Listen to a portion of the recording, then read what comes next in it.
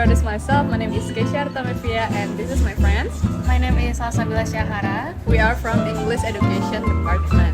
Jadi di sini kita itu ingin ngobrolin seputar pendidikan nih, Ca. Betul. Karena kita kan sebagai calon pendidik kita harus Kita calon pendidik. betul harus melek tentang pendidikan sekarang ini. Kalau aku sendiri itu akan ngobrolin tentang perbandingan dari pembelajaran luring dan juga daring. Sebelumnya kan kita pernah dua-duanya pernah merasakan yang namanya pembelajaran daring dan juga luring. Benar. Untuk yang daring mungkin kita mengalami pembelajaran yang spontan di tahun 2019 ya. Waktu COVID ya. Waktu COVID itu dimana seluruh instansi pendidikan itu berlomba-lomba untuk mewujudkan pembelajaran online, dimana kita itu tetap di jarak jauh tapi kita tetap mengikuti pembelajaran yang ada. Nah sebelumnya itu Caca tau gak sih apa unsur-unsur apa yang ada dalam pembelajaran daring ini? Waduh, apa tuh? Mungkin internet? Betul, itu masuk ke sarana dan prasarana. Lalu Oke, saya jelasin ya Caca. Pembelajaran daring itu unsurnya itu ada dua, yaitu sarana dan prasarana dan juga platform. Mungkin Caca untuk sarana dan prasarana itu lebih umum dengan kata ponsel, lalu ada laptop, lalu ada komputer, tab seperti itu, yaitu alat untuk menghubungkan pembelajaran online. Kalau misalkan tentang platform itu adalah aplikasi yang Caca gunakan selama pembelajaran online, misalkan Zoom, Gmeet, lalu apalagi Google Classroom itu yang tentunya kedua unsur itu sangat penting dalam pembelajaran dari ini, Ca.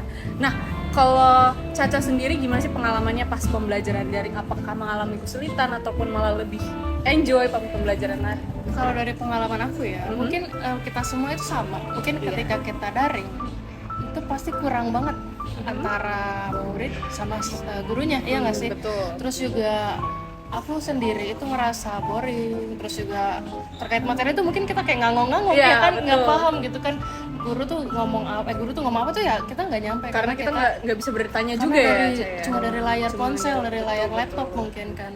Jadi kalau misalnya kita ada sesuatu yang materi yang tidak dipahami itu kita susah nanya ya. Bener banget. Karena apalagi untuk kita yang belum terbiasa dengan teknologi begitu ya, pasti akan kaget banget. Kan itu pertama kali banget nggak ya? Kita pakai Zoom, pakai aplikasi Google Meet gitu kan. Iya betul, dan itu salah satu mungkin kekurangan daring ya Cah ya.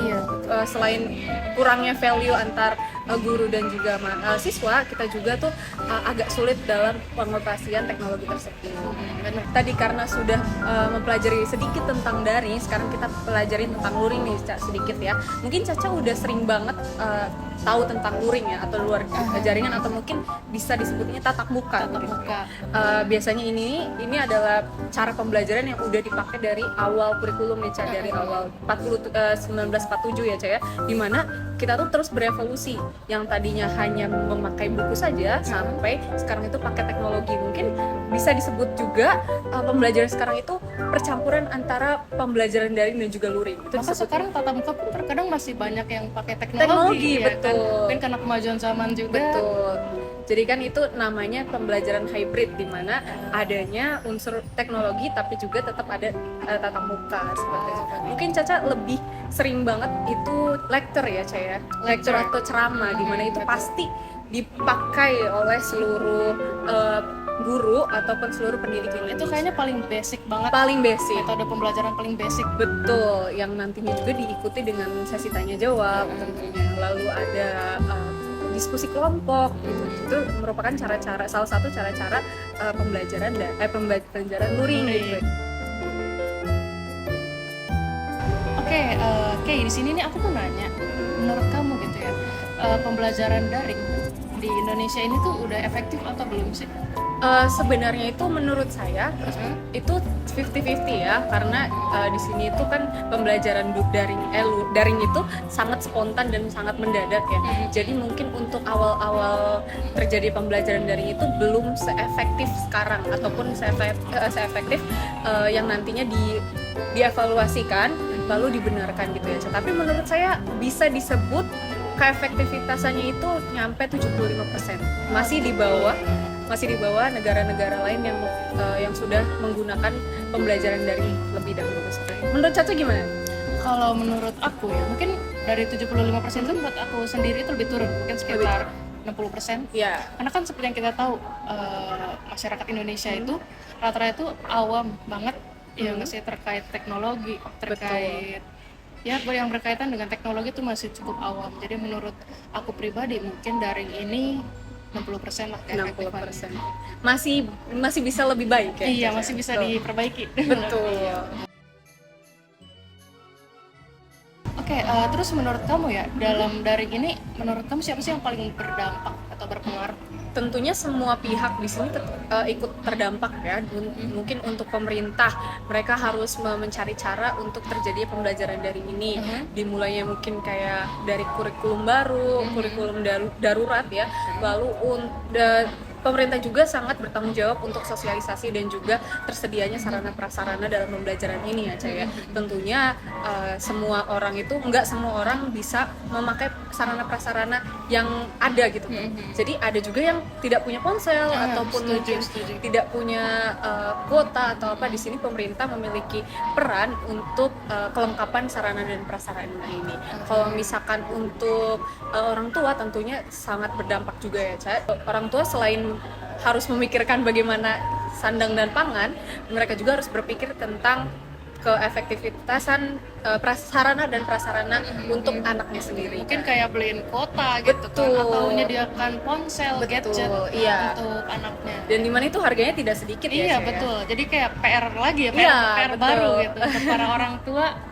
Dan selanjutnya untuk pendidik sendiri itu kita harus bisa memakai teknologi yang ada nih Ca. Jadi kan kita sebagai pendidik sendiri kan harus gimana sih caranya agar kita tuh dapat menyampaikan materi, tapi kita juga harus terus belajar tentang teknologi itu Ca, biar tidak ketinggalan zaman.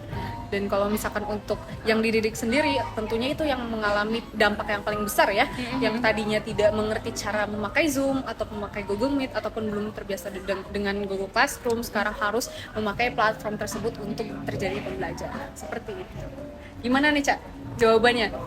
Iya betul sih, betul banget, saya setuju banget ya sama jawaban Kay. Memang sebenarnya kalau dari pembelajaran daring ini sebenarnya memang betul yang paling berdampak itu ya orang tua, karena penyedia utama dari anak gitu, dari si murid ini. Seperti itu.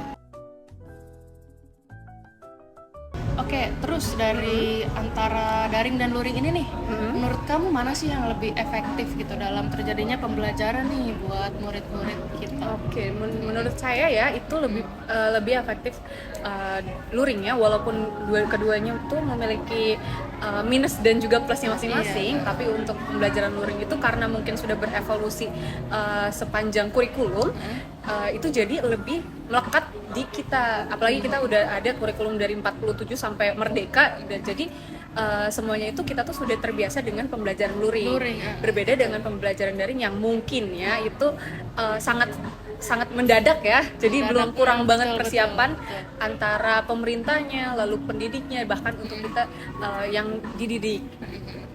Sepengalaman aku nih ya Caya, kadang kalau misalkan pembelajaran daring dan pembelajaran luring itu sangat berbeda. Bahkan untuk pembelajaran luring itu yang tadinya aku punya pengalaman di mana teman-teman aku itu sangat aktif dan dia tuh udah termasuk siswa paling pinter lah di sekolah, tapi semenjak adanya pembelajaran daring di mana dia itu mohon maaf kurang edukasi tentang teknologi, jadi menjadikan dia tuh lebih malas, lebih kayak menyepelekan tugas ataupun pembelajaran daring gitu ya.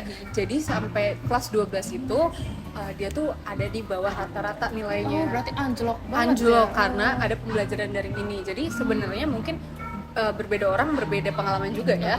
Tapi pengalaman saya itu dalam pembelajaran daring itu memang sebenarnya kita punya banyak waktu luang, dan itu kadang kalau misalkan ada anak yang malas akan semakin malas lagi. Dan bahkan kalau orang yang rajin tadinya pun bisa jadi malas ya, karena banyaknya waktu luang dari daring ini. Tadi kan kita udah bahas nih terkait pengaruh atau perbedaan ya antara daring dan luring. Yang paling berdampak itu kan tadi orang tua ya. Nah di sini itu ada pengaruh didikan orang tua terhadap perkembangan etika atau perkembangan tumbuh kembang anak. Wah ini bagus sih. Iya. Jadi kita ini berkesinambungan ya, ada dampak-dampaknya juga. Betul. Sebelumnya tahu nggak sih ada peranan orang tua itu dalam pembentukan karakter atau dalam tumbuh kembang anak? Itu pasti banyak banget ya peranan. Betul, banyak banget. Nah, peranan orang tua ini nih benar-benar sangat penting banget tau nggak sih buat pembentukan karakter atau etika anak. Oke, peranan orang tua dalam pembentukan etika anak ini benar-benar berpengaruh besar. Yang pertama, ini kan orang tua, mungkin kita nanti sebagai orang tua, ini kita harus bisa memenuhi atau menghidupi anak kita dong. Betul. Mungkin baik itu secara penyedia kebutuhan atau sebagai pendidik terutama, ya kan. Yang pertama mungkin sebagai pemenuh kebutuhan lah ya. Iya. Ya kan? Namanya anak, apalagi di masa pertumbuhan atau perkembangan, itu pasti butuh banget yang namanya sarana, prasarana, sandang, pangan, papan. Nah, kita sebagai orang tua itu harus banget menuhin itu, karena kalau tidak terpenuhi itu bakal ngaruh banget ke tumbuh kembang anak. Betul. Contohnya mungkin sederhana gitu. Misal kita itu mungkin pernah lihat gitu kan, anak-anak yang gizinya kurang atau anak-anak yang kurang nutrisi, itu kan pasti berbeda sama anak yang terpenuhi gitu kebutuhan pangannya gitu. Atau mungkin dari papan lah ya, dari tempat tinggal gitu kan. Mungkin kalau lingkungan si anak ini buruk atau kurang, orang tua ini kurang selektif dalam memilih lingkungan tempat tinggal anak, mungkin ini bakal berpengaruh dong pasti ya untuk anak itu tumbuh gitu. Dia tuh bakal gimana sih gitu membentuk karakter si anak ini di kemudian hari gitu. Nah, selain itu, ini yang paling penting juga, yaitu pengaruhnya itu ya adalah SDM dari orang tuanya. Mungkin kita sekarang ambil perbandingan deh antara orang tua dengan SDM yang kurang sama orang tua dengan SDM yang cukup. Tapi di sini di disclaimer, di garis bawain dulu, SDM ini nggak selalu tentang pendidikan tinggi ya teman-teman, tapi mungkin lebih mengarah ke karakter dari si orang tua tersebut. Mungkin kalau orang tua dengan SDM yang cukup itu pasti lebih paham ya nggak sih terkait ilmu parenting atau terkait gimana sih cara ngedidik anak yang benar nih supaya anak gue itu jadi orang benar gitu kan. Sedangkan kalau yang SDM-nya kurang itu mungkin mereka cenderung didiknya tuh asal-asalan gitu, nggak paham tentang mental atau kurangnya edukasi gitu kan, jadi dia kurang paham cara ngedidik anak yang baik. Tapi nih ya, saya selama pengalaman aku melihat ada beberapa temen aku yang dia tuh dari kecil memang, mohon maaf, SDM dari orang tuanya kurang. Tapi itu di sini saya sekali lagi menegaskan itu bukan tentang pendidikan yang tinggi orang tuanya, tapi mungkin cara mendidik anak dan juga kualitas dalam memfilter mana yang buruk dan juga mana yang baik. Parenting lah ya. Betul. Di sini teman saya tuh dulu banyak banget yang menormalisasikan perbuatan nakal misalnya. Dimana dia itu nggak tahu dia itu nakal ataupun perbuatan yang dia lakukan itu salah. Jadi karena dari kecil dia sudah dibiarkan untuk misalkan nakal, jadi semakin dia besar dia itu ya mengira perbuatan dia tuh yang memang biasa ataupun tidak salah gitu. Berbeda dengan mungkin parenting yang cara dia didik tuh sudah memberitahu mana yang baik dan mana yang salah. Di situ kan kita sebagai anak kita tahu konsekuensi ketika melakukan kesalahan. Betul. Jadi kita lebih hati-hati dalam berbuat sesuatu. Oke, dari cerita kamu nih, menambahkannya tadi ya, itu sebenarnya ada juga kesalahan cara mendidik anak yang ini sering banget dilakukan orang tua. Yang pertama, mungkin kamu pernah lihat nggak sih di tempat umum atau di mana itu terkadang ada loh orang tua itu yang marahin anaknya, benar-benar di tempat umum, di tengah-tengah umum, diliatin semua orang. Jadi orang tua itu benar-benar dorong banget anaknya, benar-benar marahin anaknya. Ya walaupun namanya anak-anak, tapi tetap ya namanya anak-anak itu punya mental, punya perasaan. Apalagi kalau anak-anak itu pasti lebih sensitif ya kan, terkait perasaan gitu. Nah, yang kedua itu salah mendidik anak itu kalau terlalu over proud atau terlalu membangga-banggakan anaknya. Kenapa bisa dibilang salah? Karena orang tua yang terlalu over proud sama anaknya itu bisa nyebabin si anak itu cepat puas sama pencapaian dia. Jadi dia tuh nggak termotivasi gitu untuk memperbaiki atau untuk meningkatkan hasil yang dia dapatkan gitu. Oke, tadi kan kita ngobrolin tentang etika dan juga karakter. Nih, menurut kamu etika dan karakter anak-anak di Indonesia itu udah termasuk baik atau buruk sih? Oke, menanggapi dari itu, menurut saya pribadi, ini secara pengalaman lah ya, secara ya hasil penelitian atau pengamatan, menurut saya itu etika anak di Indonesia ini kategorinya itu masih kurang. Mungkin kalau dipersenkan hanya sekitar 60% juga. Seperti itu. Kenapa? Karena banyak banget tadi SDM dari orang tua itu belum terpenuhi, yang ngakibatin salahnya cara pendidikan anak. Parenting itu sangat penting ya. Betul. tadi kan bicara tentang karakter dan juga etika. Nah, menurut kamu nih, etika dan karakter itu bisa disebut sama nggak sih? Oke, untuk karakter dan etika ini sendiri itu sebenarnya berbeda. Kalau karakter ini mungkin lebih ke internal si anak ya. Mungkin anak itu pendiam kah, atau anak ini nih lebih ke extrovert atau introvert. Nah, itu karakter anak. Tapi kalau etika, nah ini yang penting. Etika itu lebih ke gimana sih sikap si anak kalau jika dengan orang lain, atau sikap anak ini dalam berbicara atau berhadapan dengan orang lain. Nah, ini disebut dengan etika. Nah, tadi kan berbicara tentang peranan orang tua. Betul. Tentunya dalam orang tua itu ada ibu dan ayah. Nah, menurut kamu mana sih yang lebih penting dari antara ibu dan ayah dalam peranan pembentukan etika dan juga karakter anak? Oke, menurut aku pribadi ini tuh pasti lebih penting itu peranan dari ibu. Kenapa? Karena ibu ini tuh tugasnya itu sebagai pendidik pertama gitu loh. Mungkin kita sebagai anak itu pasti ya based on true story, mungkin kita tuh lebih dekat sama mama yang bisa dibandingkan sama bapak. Mungkin kalau ayah kan entah itu sibuk kerja atau sibuk apa. Tapi kan kalau mama ini kan bisa dibilang waktu kita kecil itu kan 24 jam gak sih ya untuk kita gitu kan. Terus juga mama ini biasanya lebih ke sebagai orang yang lebih mengajarkan tata krama atau etika sama anaknya. Jadi menurut saya dari kedua ini tuh ibu lebih penting.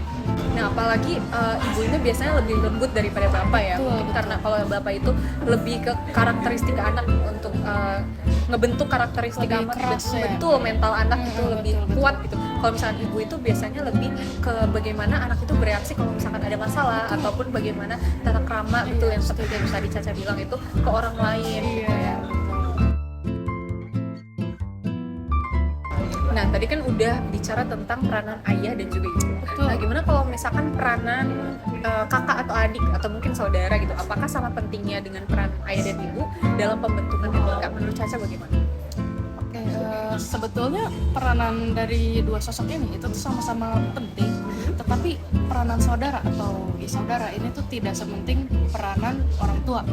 Kenapa? Karena mungkin kalau saudara ini kan ya kurang dalam mengajarkan etika atau apa, mungkin lebih ke sebagai teman di rumah atau, tapi tetap aja terkadang saudara pun bisa membawa pengaruh buruk atau negatif untuk kita seperti itu. Oke, sepertinya cukup untuk materi hari ini, Ca. Ini keren banget sih, Banget ya. obrolannya ya. Menarik Sangat obrolan berbobot kita sekali ya. tentang pendidikan, Ca. Oke, saya Kesha Artamevia dan teman saya Salsabila Syahara. kami undur diri dan sampai jumpa. Bye.